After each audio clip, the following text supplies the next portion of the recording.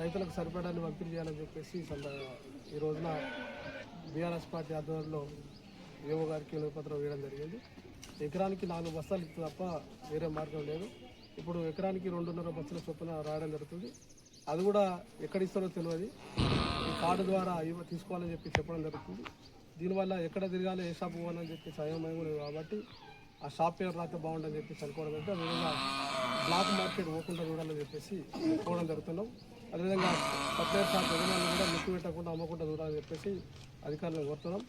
ఎవరైతే బిజినెస్ అమ్ముతారో వారిపై చర్య తీసుకోవాలి, బ్లాక్ మార్కెట్ చేసిన వారిపై చర్య తీసుకోవాలని చెప్పి బీఆర్ఎస్ పార్టీ పక్షాన డిమాండ్ చేస్తున్నాం. అదేవిధంగా రేట్లు కూడా ప్రభుత్వం నిర్ణయించిన రేట్ల ప్రకారం అమ్మాల్సిన అవసరం లేదు.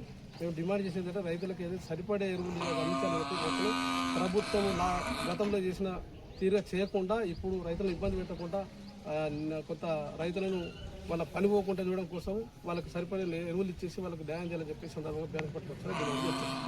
ఇప్పుడు ప్రతి రైతుకు ఒక ఎకరానికి 2 బస్తాలు కాదు 3 బస్తాలు రాస్తే సరిపోతుంది. మళ్ళా ఒక్కొక్క గ్రామానికి 4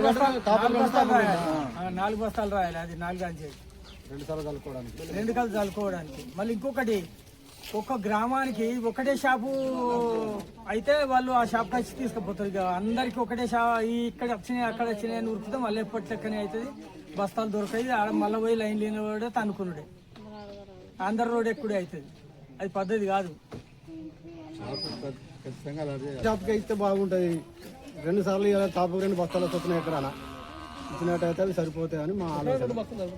4 తాపుకు 2 సార్లు 2 దఫాలు సరిపోతాయి ఎకరాలు. ఇప్పుడు జనరల్గా అలాట్మెంట్ చేసినట్టు కాకుండా కొంత రైతు ఒక క్లస్టర్కు ఒక షాప్ అలాట్ చేస్తే వచ్చినప్పుడు అది రెగ్యులర్గా పంపడం జరుగుతుంది. అట్లా కానీ ఇక మళ్ళీ రైతులు ఎక్కడ వచ్చినా అక్కడ తిరగాలి, ఇక్కడ గుండ్రాది కూడా అవుతుంది. ఎక్కడ తిరుగుతుంది. ఇప్పుడు మీ టోటల్ అసెస్మెంట్ దొరుకుతుంది. ఎన్ని ఎకరాలు ఉన్నది, ఎంత ఫండ్ అవసరం పడుతుంది. అవసరాన్ని బట్టి రైతులకు ఒక క్లస్టర్కు ఒక షాప్ అలాట్ చేస్తే అక్కడ నుంచి తీసుకుంటారు. అట్లా పెడితే మంచిది. కానీ అది ఇంప్లిమెంట్ చేస్తారా అనేది నమ్మకం.